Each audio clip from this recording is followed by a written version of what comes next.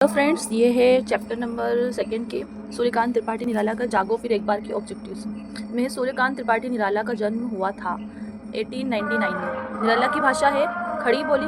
निराला भारतीय संस्कृति के पोषक व उन्नायक रहे, किंतु किसके विरोधी रहे? गलत रूढ़ियों के।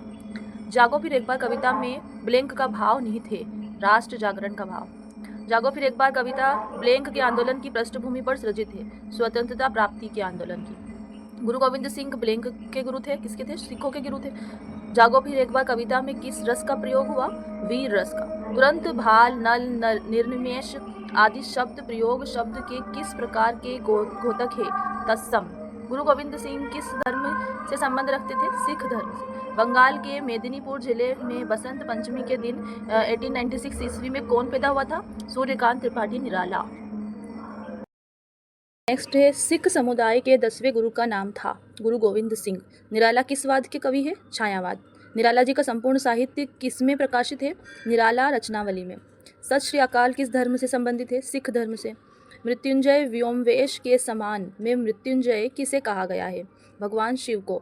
तुम हो महान, तुम सदा हो महान, ये भारतीयों में किसका महामंत्र है? ऋषियों का। 1.25 लाख पर एक को चढ़ाऊंगा की घोषणा की थी। किसने की थी?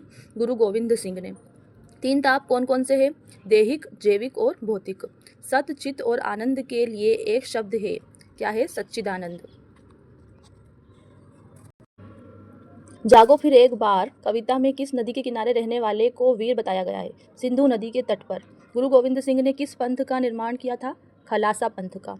अतीत की गौरवमयी गाथा का चित्रण में किनका आह्वान किया गया है? अंग्रेजों से निराश भारतीय युवकों को प्रेरणा देने के लिए।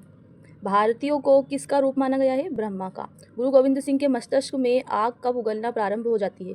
सत श्री अकाल के उच्चारण से। गुरु गोविंद सिंह की खालसा पंथ के सैनिक साल में कितने महीने युद्ध भूमि में खून से होली खेलते हैं?